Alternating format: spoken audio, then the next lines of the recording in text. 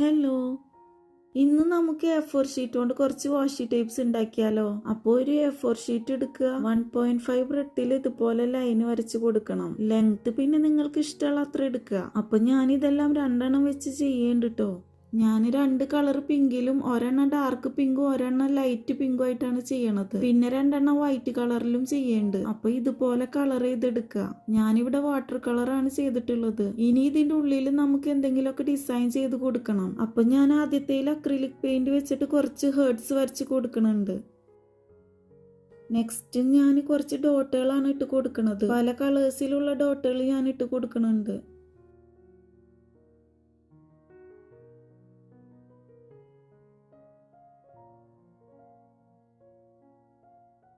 പിന്നെ ഞാൻ കുറച്ച് സ്മൈലീസ് ആണ് വരച്ച് കൊടുക്കുന്നത്.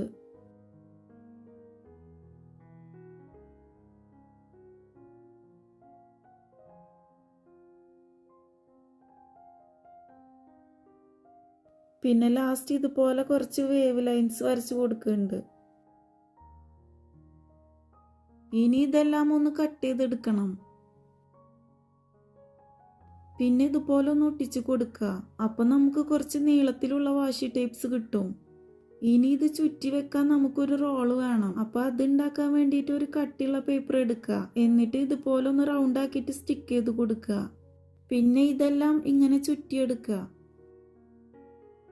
ഇനി വേറൊരു കുഞ്ഞു സ്ട്രിപ്പ് എടുത്തിട്ട് അതിന്റെ എൻഡിൽ ഇതുപോലെ ഒന്ന് ഒട്ടിച്ചു കൊടുക്കണം. ഇങ്ങനെ ഒട്ടിച്ചു കൊടുത്തില്ലെങ്കിൽ അത് ശരിക്കും ഇരിക്കില്ല. അപ്പൊ ഇതുപോലെ എല്ലാം ചെയ്തെടുക്കുക. പിന്നെ ഇത് ഉണ്ടാക്കാൻ ഭയങ്കര ഈസിയാണ്. അപ്പൊ എല്ലാവരും ഒന്ന് ഉണ്ടാക്കി നോക്കുക. അപ്പൊ വീഡിയോ ഇഷ്ടപ്പെട്ടാൽ ലൈക്ക് ചെയ്യുക, സബ്സ്ക്രൈബ് ചെയ്യുക. ബൈ.